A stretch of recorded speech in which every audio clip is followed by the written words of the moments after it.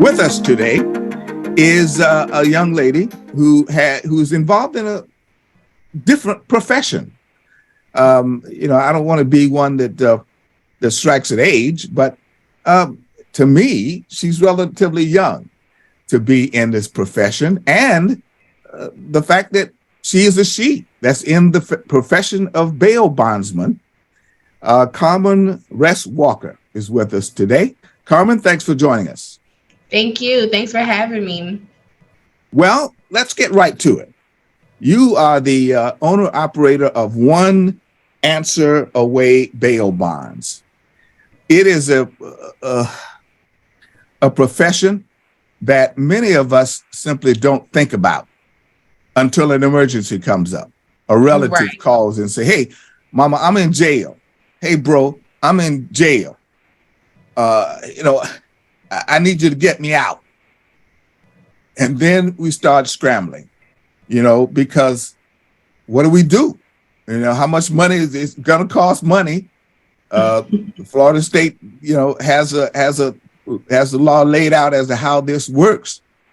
But tell me, why I would need a bail bondsman in deference to just go ahead and the court says this is how much it's going to cost to get him out of jail. Why would I need a bail bondsman? So, bail bonding was ultimately created to give families who were not in financial position to pay the full bond amount an opportunity to still seek freedom during their case in its entirety until the case was discharged. Um, hey, if a judge says your bond is set at 10,000, most families now, unfortunately, are not in position to have $10,000 in their checkings or savings account. So by going through a bail bondsman, you have the opportunity to pay very minimum of that bond amount. Florida statute says 10%, but you have a multitude of agencies, including myself, that offers payment arrangements in which we may offer, 5% or 3% just based on the client and their needs. Well, I mean, I'm going to call it an age-old profession. It's been, forever, for as long as I can recall, it's been around, and you do that. I think you said 10% of whatever the judge indicates is the bail. That is correct. Yes. All right. So, what's the relationship of the bail bondsman to the system? Do you have any? Is there any need for you to have any contact with the state attorney's office, or are you simply in contact with, in our case here in Duval County, Jacksonville, the sheriff's office to get that done? What's kind of the process for getting me out of jail? So the highest, and to make it very, very, very clear, our biggest responsibility is the client themselves. So at times, do we normally speak to the state attorney's office or the public defender's office? We do not, unless they need to get a contact with our client, in which we would assist in them making contact if our clients give us permission to. However, most of our relationship deals directly with the Jacksonville Sheriff's Office so that we can relieve our clients from getting out of jail. So whether it's a timely manner of posting the bond fairly quickly between shift changes, and just making sure that they get the best service that they desire so that they can get back home to their loved ones. So how do I pay? I guess the who pays is not, does the person that pay, I assume the person that pays doesn't have to be a relative, but how is the payment done? How do you get your payment, the 10%, I guess it is? So for my agency specifically at One Answer Away, we take a multitude of payments in the initial premium. The initial premium is basically the down payment to get your loved one out of jail. We take anywhere from cash, credit, debit, and because it's a new day and time, fortunately, we do take Cash App and Zelle and Apple Pay just to make it even more convenient for the families. Well, how? Well, obviously, if you're taking cash and debit, you're getting the money right away. There are those instances that we've heard about in the past where, people take out a mortgage, take a mortgage on their home or lien out on the home, or some other kind of collateral for that. Is that still part of the bail bonds way these days? I think a lot has changed over the years. There are not many bail bondsmen who take collateral instead of cash or a cash payment. We normally only ask for collateral if their background deems necessary, meaning if the bond is just extremely high, in which we want to make sure that the severity of the case, the family, the client understands that they have to go to court each and every time. So I haven't necessarily seen where a family member had to take out a loan on their mortgage. I think if that situation had arose, that would be a conversation for the family, not necessarily the bail bondsman. If they were trying to just accumulate a lot of money in a quickly time manner, then that's probably when they would do that. But unfortunately, that's not a conversation that you're normally having with your bail bondsman, more so the family. So is that pretty much the standard these days? Cash, uh, debit, and Zelle and Cash App for for most of the bail bondsmen in our area, or is that an outlier? I probably would say again in this day and time, that's about the standard for every bail bondsman just across the board.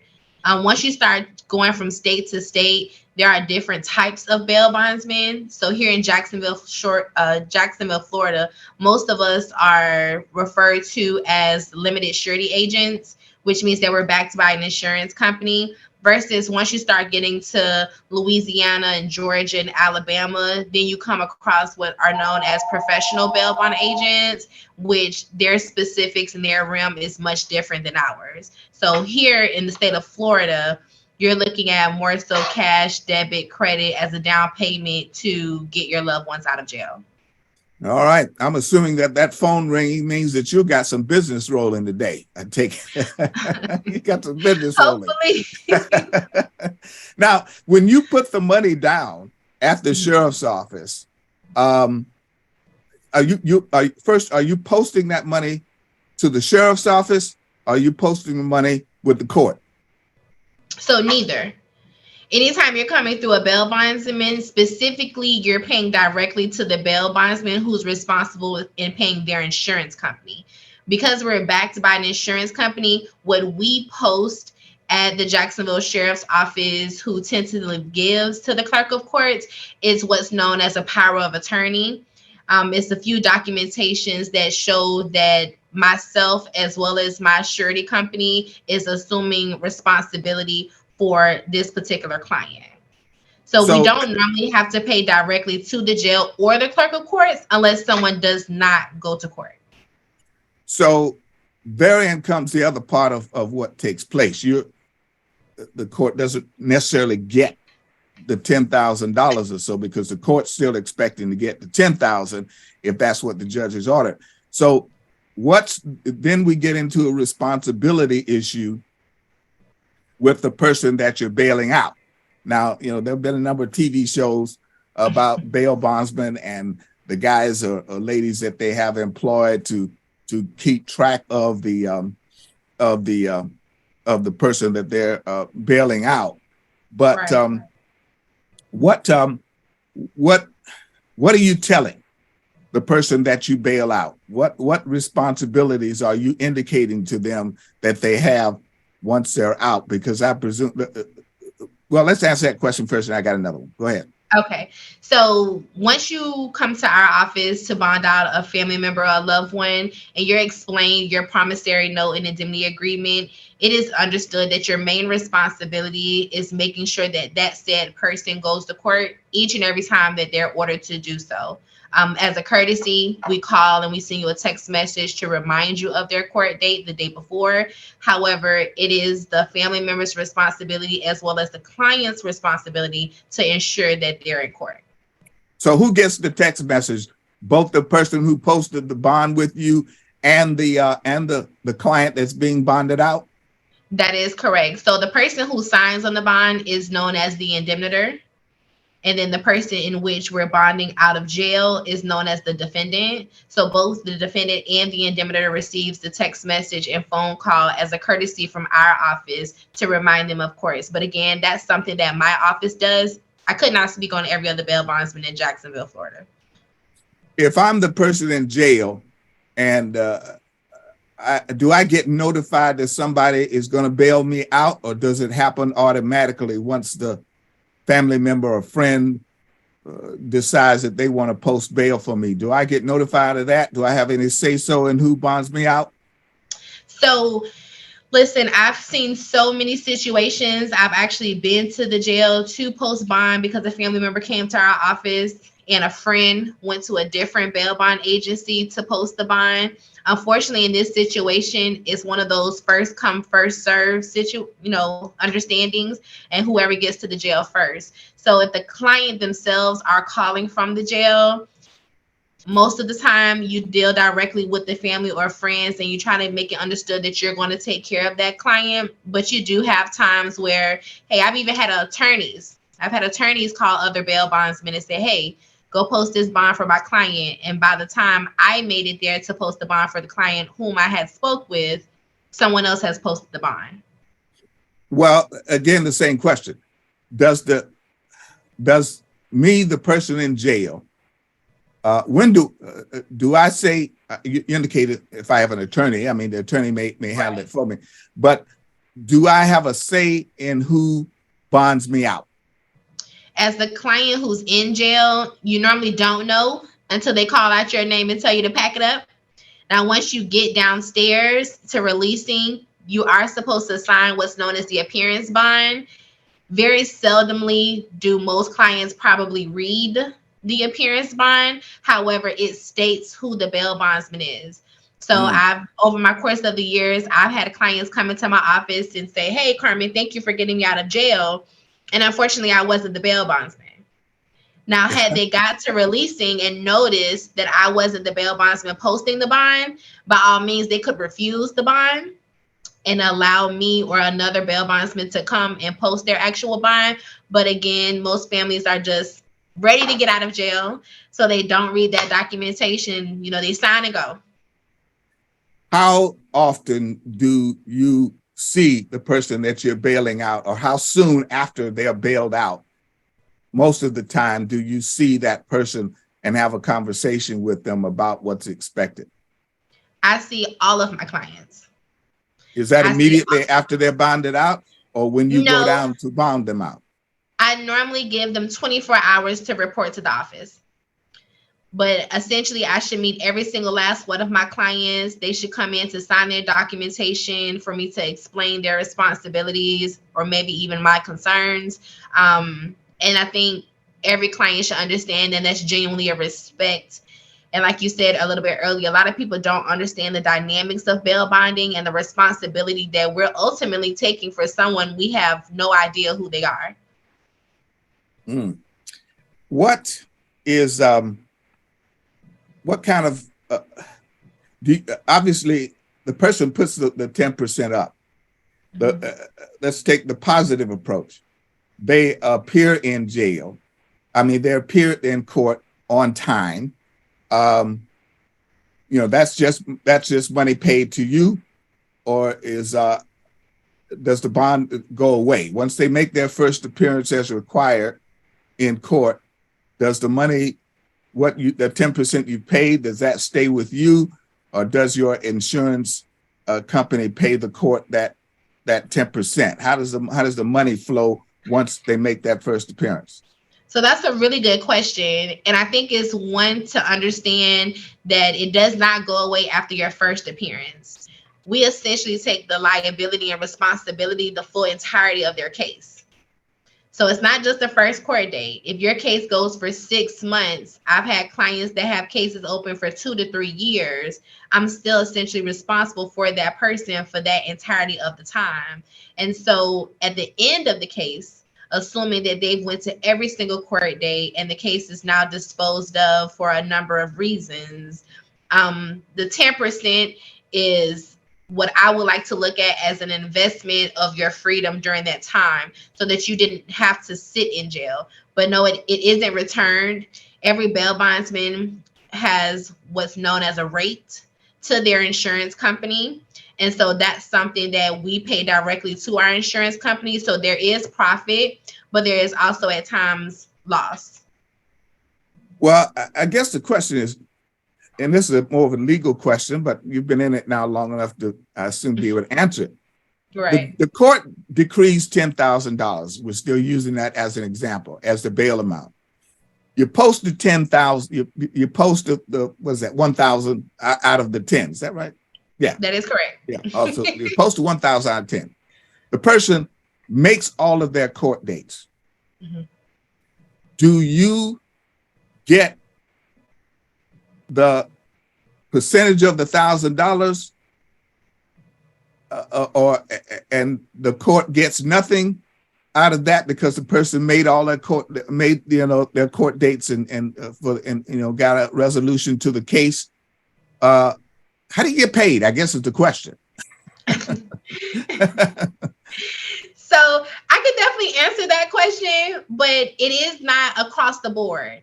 And I have to make that very, very clear that from every different agency, from every different bail bondsman, it is not the same across the board. I've described to clients, it's kind of like car insurance. I like Progressive. You might like Geico. So therefore, we have different rates. We have different responsibilities. We have just a number of factors that go into what our rates are, just like car insurance. Whether you're a good driver, are you a good bail bondsman? Do you get into a lot of accidents? Have you had a lot of clients jump on your bond? And so I can't say specifically, and I'm gonna be honest, I'm not gonna say specifically what my rates are on this podcast. However, yes, there is profit. So we can do just easy math. We've said 10,000. Let's keep easy math. Let's say a bail bondsman has a 2-in-1 here in the state of Florida. A 2-in-1 essentially is about 30%. So if that family pays the full 10%, then that's $1,000. If your rate is a 2-in-1, that means that you pay your insurance company $300, and then your profit is $700. But then the backside of that is if that client does not go to court, then you're hiring what's known as a recovery agent, and most of America knows them as bounty hunters. You're hiring those gentlemen or sometimes young ladies to find that person, but those agents can also charge 10%. So if I only took home $700 and then you don't go to court, I have to pay someone essentially $1,000 to find you. So now I'm negative $300. And then let's say I don't find you in a timely manner. Now I have to pay $10,000 to the clerk of courts. And that's where your insurance company comes in, I presume. That's where the insurance company comes in. But you should have what's known as a buff. Again, this is a lot of terminology for bail bondsmen, but you'll have what's known as a buff with the insurance company, and it's like a safety net. And so within that buff, you pay a rate every time you post a bond. And the reason for that is to cover you for these expenses. So an agent as myself, after so many years, I would have 10,000 potentially in my buff to cover that bond. But for bail bondsmen, again, like myself, who's writing $100,000 and $250,000 bonds, I've even wrote a $1.2 million bond. Of course, I naturally may not have that much, and that's where the insurance company comes in to cover those expenses, prayerfully that I never have to inquire. Woo, that's a lot. But let's take clients in jail on a attempted murder charge. Okay. Decide what the bail may be. It's obviously going to probably be higher than $10,000. Right. You're telling me that you won't see a profit from that case for 2 years? Let's assume, because a lot of these cases do go on for a minimum of 2 years, 1 to 2 years, assuming that the defendant is sticking with a not guilty plea, yeah. You're saying you won't see your profit from this thing until the court case is resolved, either with the jury verdict or with the defendant changing his plea from not guilty to guilty? What I'm saying is a true profit is a client who's went to court and the case has closed. Any finances or any monetaries that have been received before then, though could seemingly be a profit, you don't know until that case is closed and that client has appeared to all of their court dates. And that's just speaking safely, that's just speaking logically. Let's say with the attempted murder example that you use, I've seen a number of times where that bond could be $250,000. Again, it goes back to the average American does not have $25,000 sitting in their savings or checkings account. So if I offer a payment arrangement to that family, and let's say they only have to put $10,000 down, that's not a profit yet. Because what if 3 months from now, that same client decides not to go to court because he doesn't want to face his time? Well, I guess the question I have, though, is that the case has been closed. It's been resolved. The client has met all the court dates.